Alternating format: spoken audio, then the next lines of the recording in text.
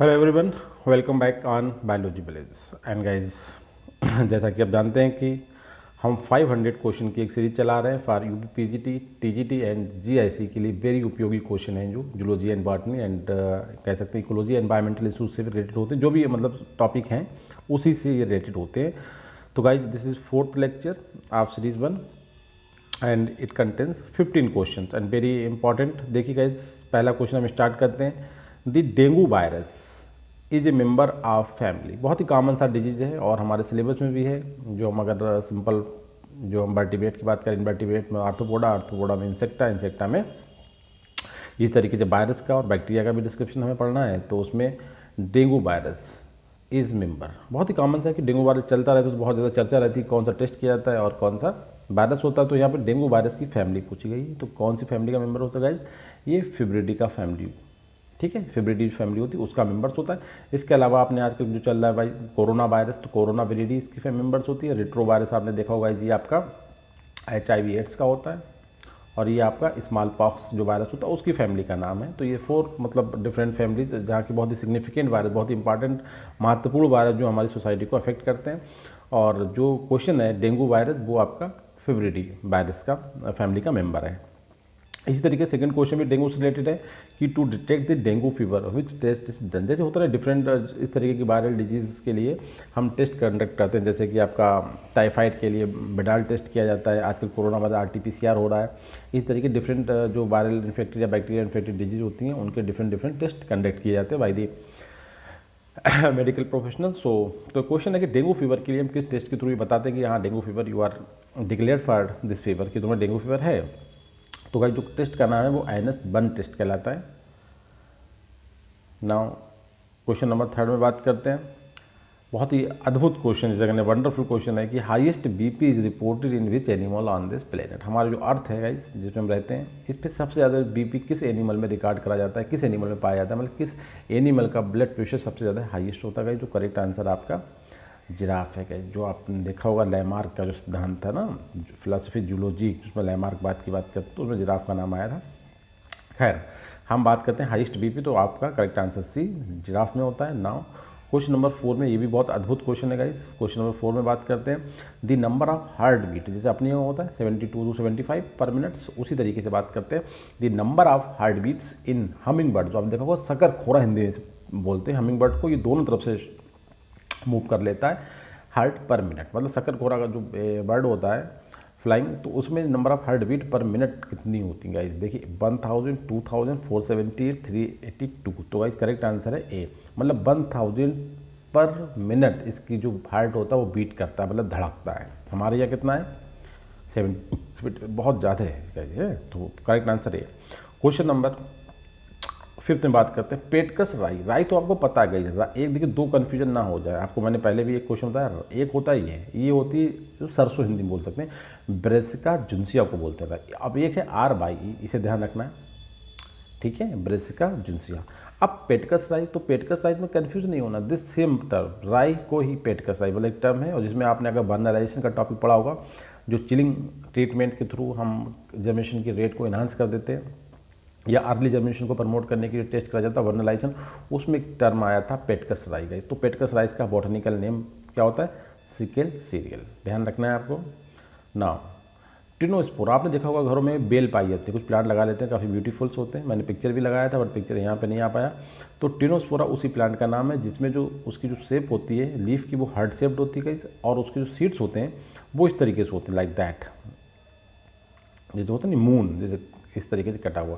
तो सीड जो होते हैं मून की तरह होते हैं, देखो लिखा है, और जो लीफ जो होती है वो हार्ट शेप्ड होती हैं, ठीक है। ये तो इंपॉर्टेंट इन्फॉर्मेशन। अब क्वेश्चन में क्या पूछा गया कि टिनोस्पोरा जो है वो किस फैमिली को बिलोंग करता है, और ना फैमिली भी बता दी उन्होंने, मेनिस्पर्मेसी जो है फैमिली है इसकी। अब बात आती है कि टिनोस्पोरा कैसा है, मतलब एक हर्ब्स है, एक ट्री बहुत बड़ा सा होता है, एक पेरिनियल ट्री है कई साल वाला होता है, या क्लाइंबर्स है। तो भाई जो करेक्ट आंसर है वो आपका 6 का जो है A, एक हर्बेसियस प्लांट है जो मतलब घरों में हम लोग मतलब इसे ग्रो करते हैं, और ये बहुत आसानी से हमारी जो बाल वगैरह होती है उस पर स्कैटर हो जाता है। करेक्ट आंसर आपका A। ना क्वेश्चन नंबर 7 में हम बात कर लेते हैं guys.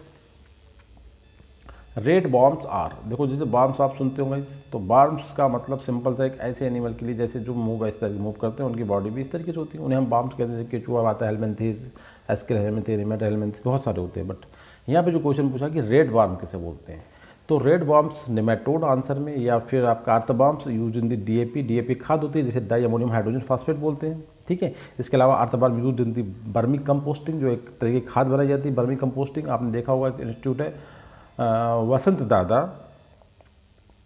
Sugar cane research institute, ये आपका पुणे में है, BSRI बोलते हैं इसे, वसंत दादा शुगर इंस्टीट्यूट। वहाँ पे हमने विजिट किया था 2004 में, तो हमने ये आपको बर्मी कंपोस्टिंग करते हुए देखा था। तो उन जो बॉम्ब्स होते हैं उन्हें हम बोलते हैं रेड बॉम्ब्स। कहने का करेक्ट आंसर है आपका सी, अर्थ बॉम्ब्स। वही केचुआ जो फ्रेडेमा मास्टूमा होता है, वो जब बर्मी कंपोस्टिंग के लिए यूज़ किया जाता है तो उसे हम रेड बॉम्ब से बोलते हैं। इस करेक्ट आंसर है आपका सी। नाउ क्वेश्चन नंबर 8 में बात करते हैं। ऑलरेडी हम पहले भी बात कर चुके थे, लेक्चर 3 ऑफ द सीरीज़, कि कॉप क्या होती है आपको बता चुके थे, कॉन्फ्रेंस ऑफ पार्टीज। तो यहाँ पे क्वेश्चन पूछा गया है कि आपका कि जो रेड ऑफ जो बाली, मतलब बाली जो इंडोनेशिया का एक वो है बहुत ही प्लेस, बाली मीट या बाली रोड मैप, जो कि COP 13 के अंतर्गत हुआ था, मतलब COP 13 जो हुई थी वो बाली में हुई थी इंडोनेशिया में। तो उसका मेन मकसद क्या था, उसका एम क्या था, तो आपको ये बताना है। देखो एक इससे आइडिया हो सकता है, अगर आपको सच में थोड़ा सा आइडिया है कि COP पहली जो है 1995 में हुई थी, ठीक है। और आपको एक आइडिया यहाँ पे हो सकता है कि जो आपका एक एग्रीमेंट था जिसे हम क्योटो प्रोटोकॉल बोलते हैं, उसका टाइम 2012 में ख़त्म हो रहा था, ठीक है। और ये 2007 से 2012 में ख़त्म हो रहा था। इसका एक टर्म था 5 साल का, 2007 टू 2012।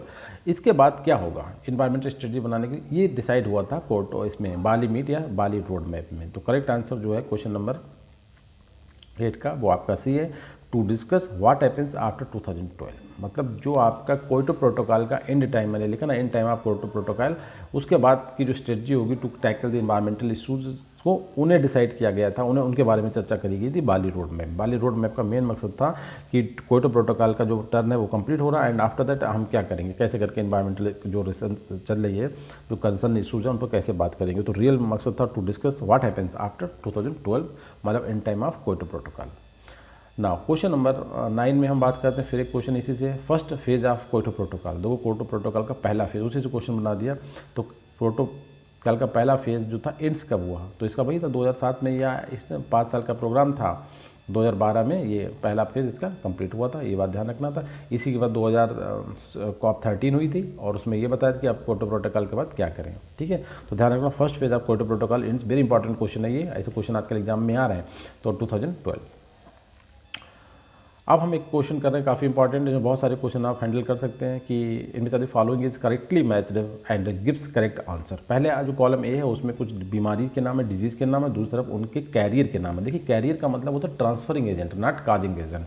तो काज करने वाले दूसरे हैं, बट यहाँ पे ट्रांसफर एजेंट की बात हम कर रहे हैं। ट्रांसफर एजेंट कौन से हैं, तो जैसे एनोफिलीज को कौन ट्रांसफर करता है, एडीज को कौन ट्रांसफर करता है, क्यूलेक्स किसे ट्रांसफर करता है, और सीसी फ्लाई किसे ट्रांसफर करती है। तो सिंपल से बात है, देखिए जो मैंने अरेंजमेंट किया है बिल्कुल करेक्ट अरेंजमेंट है, करेक्ट आंसर आपका ए।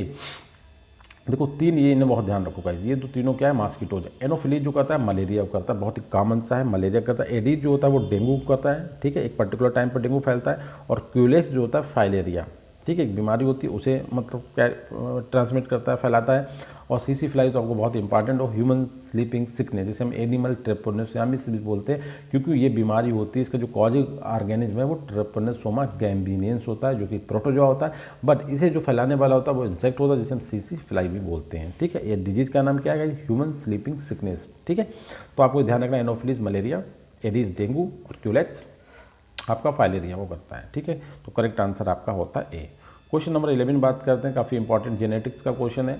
एक कॉमन से क्वेश्चन आता है, टाटा बॉक्स। टाटा बॉक्स क्या है, देखिए सिंपल सा टाटा बॉक्स के बारे में पहला पॉइंट है कि it is present in the eukaryotic promoter region. Promoter एक रीजन होता है डीएनए में गाइस, ठीक है, जो डीएनए होता है उसमें एक प्रमोटर पर्टिकुलर रीजन होता है, उसकी लेंथ होती है कितने बेस पेयर का बना होता है। तो टाटा बॉक्स उस प्रमोटर रीजन में एक पर्टिकुलर रीजन होता है, मतलब समझ सकते हैं कोई प्लेस है उसे टाटा बॉक्स बोला गया, सिंपल सा। सेम इसी तरीके का इसका नाम हॉगनेस बॉक्स भी होता है, क्योंकि इसे हॉगनेस नाम के साइंटिस्ट ने डिस्कवर किया था। इसके अलावा प्रोकैरियोट जो होते हैं यूकैरियोटिक डीएनए, बस इतना एक क्वेश्चन, एक तो ये ध्यान रखना कि केवल यूकैरियोटिक में होता है और it is equivalent, it is parallel to the prokaryotes में एक इसी तरीके का बॉक्स होता है, एक इसी तरीके का जेनेटिक रीजन होता है जिसका नाम है प्रिब्नोवॉक्स। तो प्रिब्नोवॉक्स का ये सिमिलर है, उसको इक्विवेलेंट होता है, तो ध्यान रखना ये बात भी सही है। थर्ड स्टेटमेंट है कि ड्यूरिंग द ट्रांसक्रिप्शन, ट्रांसक्रिप्शन का मतलब वो जब डीएनए आरएनए में कन्वर्ट होता है, ट्रांसलेशन होता है आरएनए टू प्रोटीन। तो पहला पॉइंट है कि ड्यूरिंग ट्रांसक्रिप्शन, और ये कहाँ होता है, ये न्यूक्लियस के अंदर होता है, ध्यान रखना है। और ट्रांसलेशन जो होता है जब आरएनए प्रोटीन में कन्वर्ट होता है, ये साइटोप्लाज्म में होता है। तो ड्यूरिंग ट्रांसक्रिप्शन मतलब कि न्यूक्लियस के अंदर की बात कर रहा है, जब आरएनए पॉलीमरेज ये वाली प्रोसेस की बात कर रहा है, देखो सिंपल था, हम आपको बता देते हैं। डीएनए आरएनए में कन्वर्ट कर रहा है, ये कहाँ हो रहा है, सेल के अंदर, साइटोप्लाज्म, न्यूक्लियस के अंदर हो रहा है गाइस, न्यूक्लियस के अंदर मतलब न्यूक्लियर प्लाज्म में हो रहा है। उस टाइम क्या होता है, जो आरएनए पॉलीमरेज होता है वो बाइंड करता है टाटा बॉक्स। टाटा बॉक्स कहाँ पे गए, डीएनए के ऊपर एक रीजन है, टाटा बॉक्स बाइंड करता है, और इसका परिणाम ये होता है कि जो डीएनए गाइस होता है वो एक सैडल लाइक स्ट्रक्चर को अडॉप्ट कर लेता है। ये इनका इंपॉर्टेंट है कि during the transcription when RNA polymerase binds to the DNA. अब डीएनए में कहाँ पे, स्पेशली वो टाटा बॉक्स पे बाइंड करता है, और उसका रिजल्ट क्या होता है, जो डीएनए है अब वो एक सैडल लाइक स्ट्रक्चर का रूप धारण कर लेता है ना, ये बिल्कुल सही है। नेक्स्ट पॉइंट है कि it is a 7 base pair long. ये कितना बड़ा रीजन है, जैसे हम प्रोमोटर की बात करते हैं, प्रोमोटर 200 बेस पेयर का होता है, इस तरीके से जो टाटा बॉक्स का रीजन है वो बहुत छोटा सा होता है, केवल 7 बेस पेयर लॉन्ग रीजन होता है, और ये लोकेटेड कहाँ पर होता है, 20 base pair up stream of the start point, जहाँ से स्टार्ट होता है प्रोसेस ऑफ ट्रांसक्रिप्शन, उससे 20 बेस पेयर आगे की तरफ ये लोकेटेड होता है। इसका खुद का अपना एरिया केवल 7 बेस पेयर का होता है। तो गाइज ये वाली इन्फॉर्मेशन भी ठीक है, एंड दस करेक्ट आंसर आपका होता है A. 4 point about the TATA box are completely true about TATA box. इसका दूसरा नाम हॉगनेस बॉक्स, और it is similar to the Pribnow box जो कि प्रोकैरियोट्स में होता है गाइज, ठीक है, correct answer A. Question number 12 में बात करते हैं, पैलिंड्रोम्स आर फाउंड। ये भी जेनेटिक्स का क्वेश्चन है गाइज, आपने देखा होगा कभी कभी कि कुछ इस तरीके के सीक्वेंस बनाते हैं हम लोग, इस तरीके से बहुत सारा सिंपल सा, और इनके अपोजिट इसका नीचे बनाते हैं टी, इस तरीके से ए, फिर टी, फिर ए, और इस ऐसे रीजन को हम क्या बोलते हैं, जो दोनों डायरेक्शन में सिमिलर होते हैं, उन्हें हम पैलिंड्रोम्स बोलते हैं। और specially these are the sites फिर जहाँ आपके जो रेस्ट्रिक्शन एंजाइम्स होते हैं, जो न्यूक्लियस कैटेगरी के होते हैं, मतलब न्यूक्लियस उनके जो ग्रुप होता है वो न्यूक्लियस होते हैं, रेस्ट्रिक्शन एंजाइम जो डीएनए को कुछ स्पेसिफिक पॉइंट पे कट कर सकते हैं, ये वो प्लेसेस होते हैं जो रेस्ट्रिक्शन एंजाइम्स को कटने का प्लेस प्रोवाइड करते हैं। और ये होते कहाँ पे गाइस, पैलिंड्रोम्स आर फाउंड इन, केवल डीएनए प्रेजेंट होते हैं, RNA, both RNA DNA and protein. तो गाइस ये केवल और केवल प्रेजेंट होते हैं आपके डीएनए में, ध्यान रखना है, पैलिंड्रोम्स आर फाउंड इन डीएनए। अब इन्होंने फिर देखो डेफिनेशन भी हम आपको बता दे रहे हैं, ये अगले क्वेश्चन में इसकी डेफिनेशन है, ठीक है। इसका करेक्ट आंसर क्या होगा 13 का करेक्ट आंसर पैलिंड्रोम्स। पैलिंड्रोम्स क्या होते हैं, sequence of the base pair in the DNA that read same on 2 strands. एक स्ट्रैंड ये 5 to 3 और दूसरा स्ट्रैंड क्या है 3 to 5। अब इस पर सेम सीक्वेंस को रीड करने वाले जो रीजन होते हैं, इधर से देखने पे उधर देखने पे सिमिलर होते हैं, ठीक है। 2 स्ट्रैंड वेन ओरिएंटेशन बस इनका जब हम सेम रखें, तब ऐसे gene sequence base pair in the DNA that read same, जो पढ़ने में सेम लगें, ठीक है, ओरिएंटेशन जब उनका सेम रखा जाए, उन रीजन को हम क्या बोलते हैं, पैलिंड्रोम बोलते हैं। नाउ क्वेश्चन नंबर 14 में बात करते हैं। अब एक फिर से क्वेश्चन कॉप के बारे में आ गया, क्योंकि देखिए सबका मिक्सर होना चाहिए, क्योंकि एग्जाम में सभी कुछ आना है। इंडिया होस्टेड, हमने बताया था कि सबसे ज़्यादा जो कॉप कॉन्फ्रेंस ऑफ पार्टीज थी, वो आपकी कॉप ऑफ पार्टीज का मतलब वो कॉन्फ्रेंस ऑफ पार्टीज मतलब जो हमारी कंट्रीज़ हैं, और कॉन्फ्रेंस का मतलब एक मीटिंग करना, जैसे कॉन्फ्रेंस होती है, तो इन्वायरमेंटल इश्यूज़ को पूरी दुनिया की जो कंट्री मिलके टैकल करने के लिए जो मीटिंग करती है उन्हें हम कॉप बोलते हैं। और ये 1995 में स्टार्ट हुई थी, पहली कॉप बर्लिन में हुई थी जर्मनी के अंदर, और उसके बाद से अब जो है 27 होने वाली है, 26 हो चुकी है, ठीक है। जो चिली में हुई थी, बट उसे सपोर्ट किसने करा था, स्वीडन ने करा था, ठीक है। लॉजिस्टिकल सपोर्ट स्वीडन ने प्रोवाइड करी, मगर वो हुई कहाँ थी, चिली में, क्योंकि स्वीडन में होने वाली थी, पर स्वीडन में किसी वजह से नहीं हो पाई, पॉलिटिकल कुछ एजिटेशन चल रहा था वहाँ पे, सो वहाँ पे नहीं हो पाई। तो अब स्वीडन ने बहुत ज़्यादा सपोर्ट करके चिली में उसे करवाया था 27। अब 27 होगी, 26 हो चुकी, 27 होगी। अब इस तरह की जो पार्टीज होती हैं, तो कहने का मतलब हमारा प्यारा भारत, जहाँ पे ये कितनी हुई हैं, ये नंबर बता रहा है कौन कौन सी भारत में हुई हैं। तो गाइस भारत में 2 हुई थी, जिन्हें हम COP8 और COP14, और COP14 को हम दिल्ली डिक्लेरेशन के नाम से भी जानते हैं, जिसमें जो आपका बात हुई थी कि जो पूरी दुनिया में जो डिजर्टिफिकेशन की प्रॉब्लम है उसे कैसे हैंडल किया जाए, और इसका नाम रखा था Delhi declaration. Okay guys, question number 15 में हम बात करते हैं, काफ़ी थोड़ा सा सोचने का क्वेश्चन है गाइस। देखिए, in which of the following is interphase activity. Interphase activity जैसे हम सेल साइकिल का डायग्राम बनाते हैं, तो इसमें इस तरीके से S, M1, M2 इस तरीके बनाते हैं इंटरफेज। तो एक छोटी सी फेज होती है इंटरफेज। इंटरफेज का मतलब वो अवस्था जब सेल किसी डिवीजन में जाने के लिए तैयार है। तो उससे पहले वो अपना जो डीएनए कंटेंट होता है उसे रिप्लिकेट कर लेती है, अब डबल कर लेती है। तो कहने का मतलब है कि in which of the following is the interphase activity. तो इंटरफेज में एक्टिविटी जो होती है इंटरफेज अवस्था में वो कौन कौन सी है? रिप्लिकेशन होता है, ट्रांसक्रिप्शन होता है, ट्रांसलेशन होता है, बोथ ए एंड बी। तो करेक्ट आंसर गाइस है देखिए डी। कैसे करके? रिप्लिकेशन का मतलब हुआ या मल्टीप्लिकेशन का मतलब हुआ अपने कंटेंट जो डीएनए है उसका डबल कर लेना, और ट्रांसक्रिप्शन का मतलब क्या होता है कि जो डीएनए है उसका आरएनए में कन्वर्जन कर लेना। तो ये दोनों प्रोसेस जो होती हैं प्रोटीन सिंथेसिस के लिए जो एक स्टेप पूरा हो जाए, ये दोनों प्रोसेस आपकी इंटरफेज स्टेज में शुरू हो जाती हैं। तो ध्यान रखना है, रिप्लिकेशन एंड ट्रांसक्रिप्शन और इंटरफेज एक्टिविटी, जबकि ट्रांसलेशन इंटरफेज एक्टिविटी नहीं है, क्योंकि ये प्रोटीन का फॉर्मेशन के लिए होती है। तो replication and transcription both are interphase activity. Correct answer आपका होता है डी। और इसी के साथ गाइस ये सीरीज जो है पूरी होती है। And finally I request to all please subscribe, like and share my YouTube channel, और जिसका नाम है biology place. Thank you very much guys.